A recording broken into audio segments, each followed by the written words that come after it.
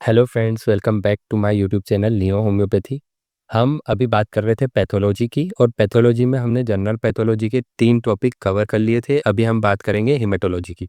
ठीक है, जो टॉपिक्स मैं पढ़ा रहा हूँ वो 10 मार्क्स के अकॉर्डिंग पढ़ा रहा हूँ, और 10 मार्क्स के लिए इंपॉर्टेंट टॉपिक्स है। तो आज हम बात करेंगे हेमेटोलॉजी में सबसे पहले अनीमिया की। ठीक है, फिर हम बात करेंगे मेगालोब्लास्टिक अनीमिया की, और फिर हम बात करेंगे ल्यूकेमिया की। ठीक है, तो आइए शुरू करते हैं।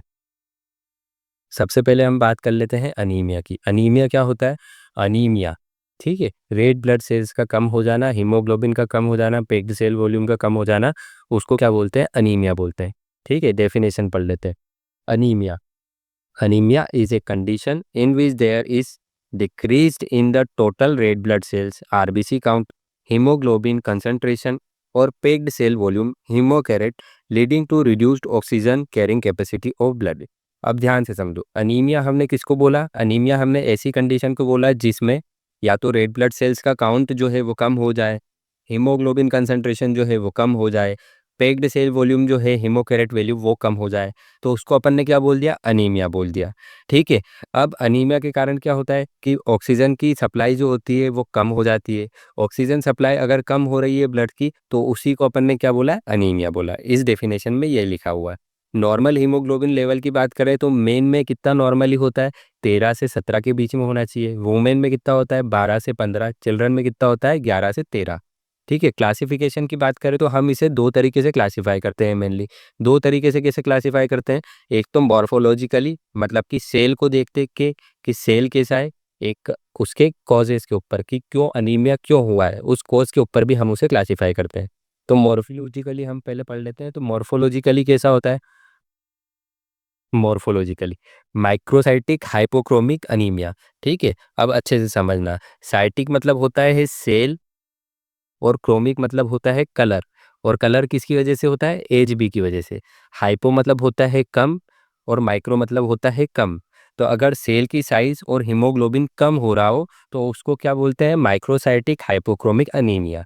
ठीक है, अब इसकी डेफिनेशन मैं आपके लिए पढ़ देता हूँ। तो red blood cells are smaller in size. कैसे हो गए रेड ब्लड सेल्स? साइज में छोटे हो गए।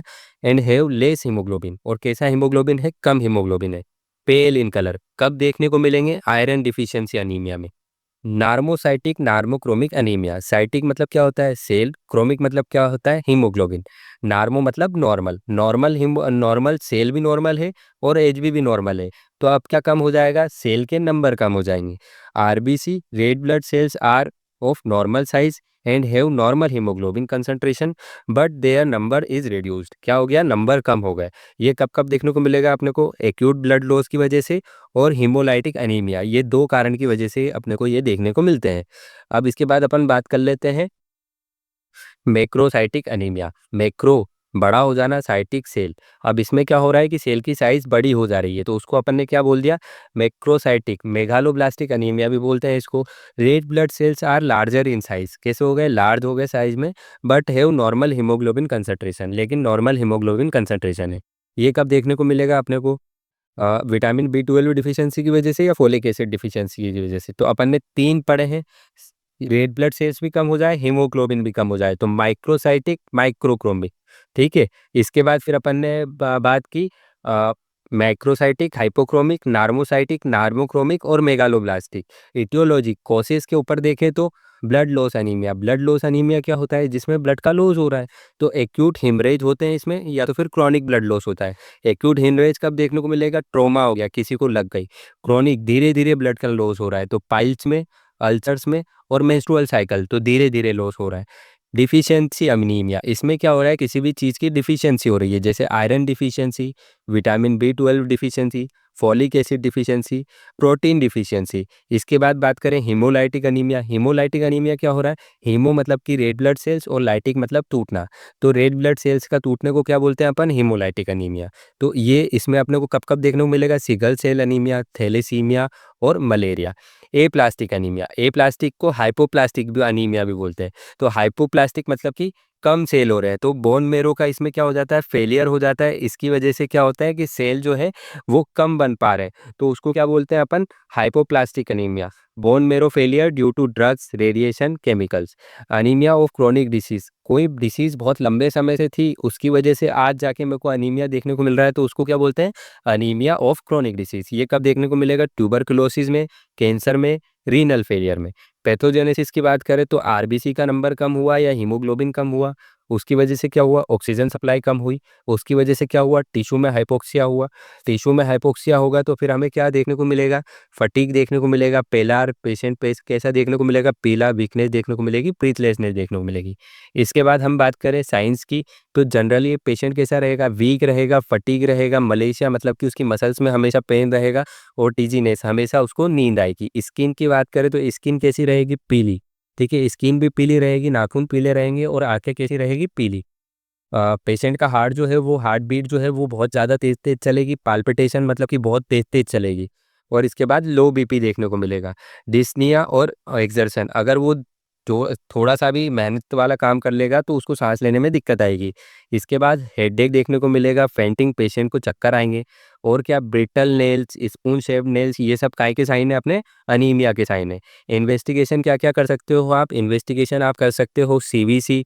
ठीक है, सीबीसी कराओगे तो सब आ जाएगा। सीबीसी कराओगे तो हीमोग्लोबिन एस्टिमेशन आ जाएगा, सीबीसी कराओगे तो आरबीसी का काउंट आ जाएगा। ठीक है, एमसीएच, एमसीवी, ठीक है, और एमसीएचसी ये भी आ जाएंगे। इसके बाद आप और क्या क्या करा सकते हो, रेटिकुलोसाइट काउंट करा सकते हो, पेरिफेरल स्मेयर करा सकते हो, सीरम आयरन करा सकते हो, फेरेटिनिन करा सकते हो, टीआईबीसी करा सकते हो, और बोन मैरो बायोप्सी भेज सकते हो। ट्रीटमेंट की बात करें तो ट्रीटमेंट कोर्स के ऊपर डिपेंड करता है। अगर आयरन डिफिशिएंसी है तो उसको क्या देना पड़ेगा, फेरस सल्फेट टेबलेट देनी पड़ेगी, आयरन रिच डाइट देनी पड़ेगी। इसके बाद विटामिन बी 12 डिफिशिएंसी है तो क्या देंगे, साइनोकोबालामिन का इंजेक्शन देंगे। फोलिक एसिड डिफिशिएंसी है तो फोलिक एसिड के लिए टेबलेट देंगे। ए प्लास्टिक अनीमिया है तो stop offending drug, bone marrow biopsy भेजेंगे कि बोन मेरो में कैंसर तो नहीं है। हीमोलाइटिक अनीमिया है तो सेल क्यों टूट रहे हैं उस कोर्स को सही करेंगे, अगर मलेरिया की वजह से टूट रहे हैं तो उसको ब्लड ट्रांसफ्यूजन देंगे। ठीक है, अर्जेंट ब्लड चढ़ाएंगे। अगर एक्यूट ब्लड लॉस है तो आईवी देंगे, ब्लड ट्रांसफ्यूजन करेंगे।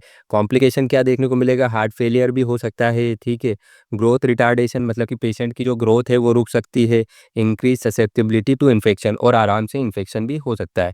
तो ये हमने अनीमिया पढ़ा। मेगालोब्लास्टिक अनीमिया, मेगालोब्लास्टिक अनीमिया अभी हम पढ़ के आए, उसको और क्या बोलते हैं, macrocytic anaemia.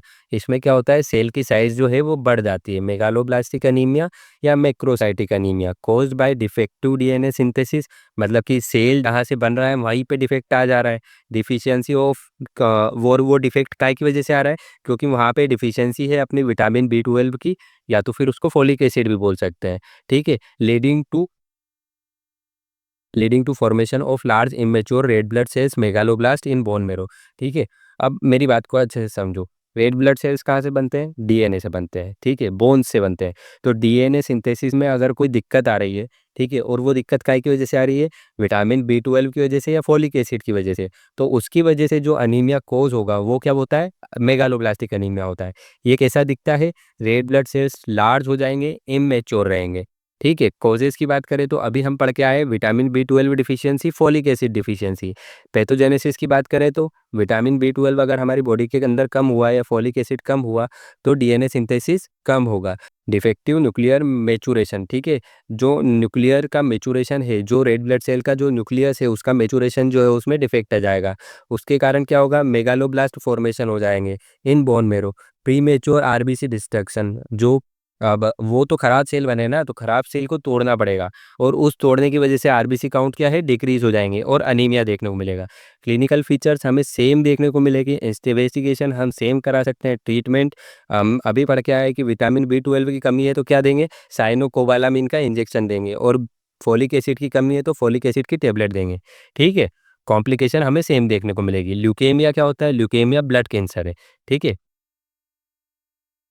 Leukaemia is a malignant cancerous disease of the bone marrow. इसमें क्या होता है कि बोन मेरो में कैंसर हो जाता है, in which there is uncontrolled proliferation of abnormal white blood cells. और वो डीएनए में अगर जो बोन मेरो जहाँ से हमारे सेल बन रहे हैं वहाँ पे दिक्कत आई है, वहाँ पे कैंसर हो गया है। तो कैंसर क्या करता है, किसी भी चीज़ को बहुत ज़्यादा मात्रा में बनाता है और वो कैसे रहते हैं, वो एबनॉर्मल रहते हैं। तो अगर इसके कारण क्या होगा, बोन मेरो में अगर अपने को कैंसर हो गया तो उसकी वजह से क्या हो जाएगा, अनकंट्रोल्ड, मतलब कंट्रोल में नहीं, कोई लिमिट नहीं रहेगी, uncontrolled proliferation of abnormal, normal white blood sales नहीं, एबनॉर्मल वाइट ब्लड सेल्स, बहुत ज़्यादा मात्रा में एबनॉर्मल वाइट ब्लड सेल्स बनेंगे और वो हमारे ब्लड स्ट्रीम में आ जाएंगे। उसको अपन ने क्या बोल दिया, ल्यूकेमिया बोल दिया। This abnormal white blood cells replace the normal bone marrow cells, leading to anemia, infection और bleeding। अगर अब ये जो एबनॉर्मल वाइट ब्लड सेल्स आए हैं, ये नॉर्मल जो बोन मेरो है उस सेल्स को क्या कर लेंगे, ऑक्यूपाई कर लेंगे और वहाँ पे फिर बार बार क्या बनेंगे, एबनॉर्मल वाइट ब्लड सेल्स बनेंगे। अब एबनॉर्मल बनने रहे हैं तो उसकी वजह से क्या हो जाएगा, अनीमिया हो जाएगा। और क्या देखने को मिलेगा, वाइट ब्लड सेल्स क्या करते हैं, वाइट ब्लड सेल्स हमें इन्फेक्शन से रोकते हैं। तो इन्फेक्शन भी हो सकता है, ब्लीडिंग भी हो सकती है। क्लासिफिकेशन की बात करें तो ल्यूकेमिया जो है वो अपन दो मेन कैटेगरीज में क्लासिफाई करते हैं, एक तो ड्यूरेशन पे और टाइप ऑफ सेल इन्वॉल्व, कौन से टाइप का सेल इन्वॉल्व है उसके अकॉर्डिंग। तो अकॉर्डिंग टू ड्यूरेशन, ड्यूरेशन में दो ही टाइप आते हैं, एक्यूट और क्रोनिक। अगर किसी का रैपिड ऑनसेट हो रहा है और प्रोग्नोसिस बहुत जल्दी है इमेच्योर ब्लास्ट सेल का, तो उसको क्या बोल देंगे, एक्यूट ल्यूकेमिया। स्लो ल्यूकेमिया, अगर स्लो प्रोग्रेशन देखने को मिल रही है, मेच्योर्ड सेल देखने को मिल रहा है, तो उसको क्या बोल देंगे, chronic leukaemia. According to cell type, cell type कैसे होते हैं, एक तो माइलोइड, ठीक है, आप अभी फिजियोलॉजी पढ़ के आए हो तो फिजियोलॉजी में आपने जो वाइट ब्लड सेल्स पूरे बनते हैं उसकी स्टेप्स पढ़ी होंगी। तो उसमें एक माइलोइड स्टेज आती है, एक लिम्फोइड स्टेज आती है। अगर माइलोइड स्टेज से अगर कैंसर चालू हो रहा है तो उसको क्या बोल देंगे अपन, माइलोइड, माइलोजेनेसिस ल्यूकेमिया। और उसके बाद अगर लिम्फोइड से अगर कोई सी चालू हो रही है, लिम्फोइड सेल लाइन से अगर सेल अफेक्शन चालू हो रहा है तो उसको क्या बोल देंगे, लिम्फोसाइटिक अनीमिया। अब इसके अकॉर्डिंग, इन चारों के अकॉर्डिंग चार मेन टाइप के अपने अनीमिया हो जाते हैं। कौन कौन से, acute myeloid leukaemia, acute lymphoblastic leukaemia, chronic myeloid leukaemia, chronic lymphocytic leukaemia. जो फर्स्ट वाला है वो एक्यूट माइलोइड ल्यूकेमिया काय में कॉमन देखने को मिलता है, अडल्ट में। एक्यूट लिम्फोब्लास्टिक ल्यूकेमिया काय में कॉमन देखने को मिलता है, चिल्ड्रन में। क्रोनिक माइलोइड ल्यूकेमिया काय में देखने को मिलता है, मिडिल एज में। ठीक है, तो अपन ने कहाँ से चालू किया, अडल्ट, फिर चिल्ड्रन, फिर मिडिल एज, उसके बाद क्रोनिक लिम्फोब्लास्टिक ल्यूकेमिया काय में देखने को मिलता है अपने को, एल्डरली पेशेंट में। एटियोलॉजी की बात करें तो जेनेटिक फैक्टर भी हो सकता है कि हाँ जीन्स से ट्रांसफर होके, आयोनाइजिंग रेडिएशन हो सकती है, केमिकल्स, वायरस और क्रोमोसोमल एबनॉर्मलिटीज। पैथोजेनेसिस की बात करें तो डीएनए का म्यूटेशन हुआ, ठीक है, स्टेम सेल्स में, उसके कारण क्या हुआ, uncontrolled proliferation of abnormal white blood sales. इसके कारण क्या हुआ, suppression of normal bone marrow. इसके कारण क्या हुआ, रेड ब्लड सेल्स कम हो गए तो अनीमिया हो जाएगा, प्लेटलेट्स कम होंगे तो ब्लीडिंग हो जाएगी, डब्ल्यूबीसी कम होंगे तो इन्फेक्शन हो जाएगा। ठीक है, क्लिनिकल फीचर की बात करें तो सेम भी आप लिख सकते हैं, ये भी लिख सकते हैं। वीकनेस देखने को मिलेगी, फटीग देखने को मिलेगा, फीवर देखने को मिलेगा, रिकरेंट इन्फेक्शन हो सकता है पेशेंट को बार बार, bleeding gums, epistaxis, weight loss, pallor, bone pain, lymphadenopathy, splenomegaly, hepatomegaly और इन्फिल्ट्रेशन। इन्वेस्टिगेशन की बात करें तो CBC, peripheral blood, bone marrow aspiration, cytogenetic study, flow cytometry. इसके बाद ट्रीटमेंट की बात करें तो कैंसर है तो कीमोथेरेपी देंगे, बोन मेरो ट्रांसप्लांटेशन करेंगे, ब्लड ट्रांसफ्यूजन करेंगे, एंटीबायोटिक देंगे इन्फेक्शन होगा तो, प्लेटलेट ट्रांसफ्यूजन करेंगे अगर ब्लीडिंग होगी तो। ठीक है, अब वायरल हेपेटाइटिस अपन नेक्स्ट वीडियो में करेंगे, ये वीडियो काफ़ी लंबी हो गई है। तो अगर आपको कोई भी डाउट है तो आप कमेंट बॉक्स में पूछ सकते हैं, मैं उसका जवाब ज़रूर दूंगा। एंड थैंक यू, मिलते हैं नेक्स्ट वीडियो में।